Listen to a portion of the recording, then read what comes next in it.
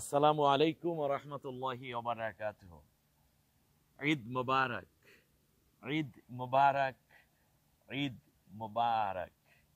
তাকাব্বালাল্লাহু মিন্না ওয়া মিনকুম। বাংলা ভাষাভাষী ভাই বোন তামাম বিশ্বে যারা ছড়িয়ে আছেন বাংলাদেশ সহ এবং অন্যান্য ধর্মপ্রাণ মুসলিম ভাই ও বোন সকলের প্রতি আন্তরিক মোবারকবাদ।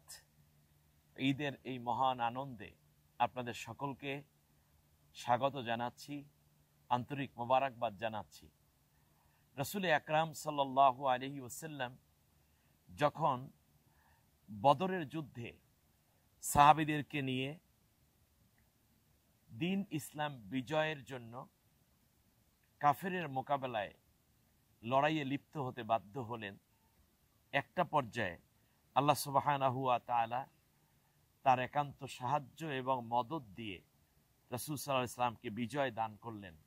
মাত্র ৩১৩ জন সাহাবী, তাও প্রায় নিরস্ত্র, প্রশিক্ষণ প্রাপ্ত নয় এরকম ঈমান এবং আমলের জজবায় যারা ছিলেন উজ্জীবিত এবং উদ্দীপ্ত। একটা পর্যায়ে আল্লাহ রাব্বুল আলামিন মক্কার প্রশিক্ষিত আবু জেহেলের নেতৃত্বে আগত ১,০০০ সশস্ত্র সৈনিকের মোকাবেলায় আল্লাহ রাব্বুল আলামিন রাসূলকে বিজয় দান করলেন। সাহাবীগণ আরজ করল, ইয়া রাসূলুল্লাহ, আমরা যে বিজয়টা পেলাম, এই বিজয়ের একটি আনন্দ উৎসব আমরা কি করব না? একটি আনন্দের কোনো আয়োজন কি আমাদের দ্বারা হবে না? সাহাবীগণের এমন দাবির প্রেক্ষাপটে রাসূল সাল্লাল্লাহু আলাইহি ওয়াসাল্লাম বললেন, দেখো, এখনো পর্যন্ত মুজাহিদদের শরীর থেকে ক্ষতচিহ্ন মুছে যায়নি, এমনকি তারা এখনো পর্যন্ত সুস্থ হয়ে ফিরতে পারেনি। এই মুহূর্তে আমরা কোনো আয়োজন করব না যা হবে আনন্দের, তবে রমজানটা শেষ হোক, তারপরে একটি আনন্দ হবে, উৎসব হবে, পবিত্র উৎসব, আল্লাহ শুকরিয়ার জন্য উৎসব। আর সেই উৎসবের নামই হচ্ছে ঈদুল ফিতর।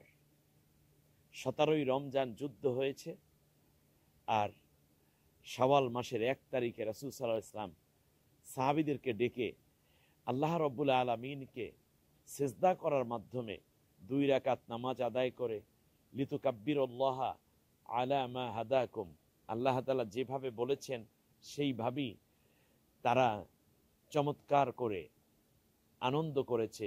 সেই থেকে হয় ঈদুল ফিতর। কোরআনের বিজয়ের মাধ্যমে ঈদের প্রকৃত স্বাদ নেওয়া যায়। আল্লাহ সুবহানাহু ওয়া তাআলা বলেছেন, কুল বিফাদলিল্লাহি ওয়া বিরহমাতিহি ফাবিযালিকা ফালিয়াফরাহু হুয়া খায়রুম মিম্মা ইয়াজমাউন। হে রাসূল, আপনি বিশ্ববাসীকে বলে দিন যে তোমাদের জন্য সবচেয়ে বেশি আনন্দ এবং সবচেয়ে বেশি খুশির বিষয় হলো এই যে আমি তোমাদেরকে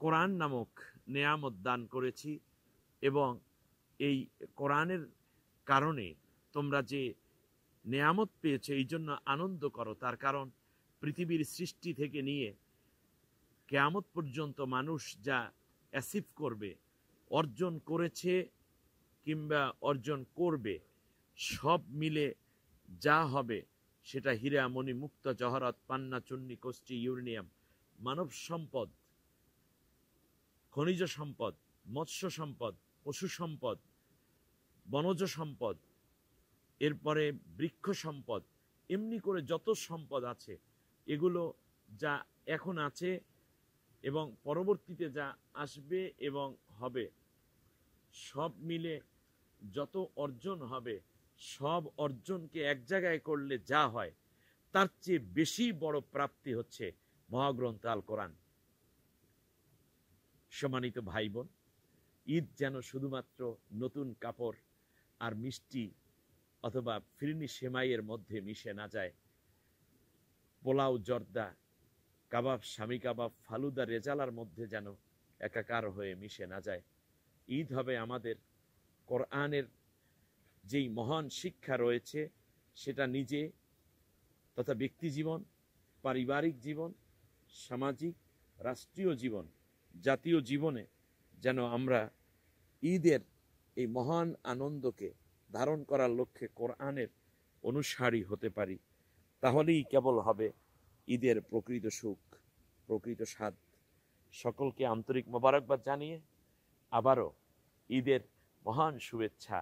সবাই পড়ি আল্লাহু আকবার, আল্লাহু আকবার, লা ইলাহা ইল্লাল্লাহু আল্লাহু আকবার, আল্লাহু আকবার, ওয়ালিল্লাহিল হামদ, আল্লাহু আকবার কাবীরা, আলহামদু লিল্লাহি কাসীরা, সুবহানাল্লাহি বুকরাতাও ওয়া আসীলা। ওয়াসসালামু আলাইকুম ওয়া রাহমাতুল্লাহি ওয়া বারাকাতুহু।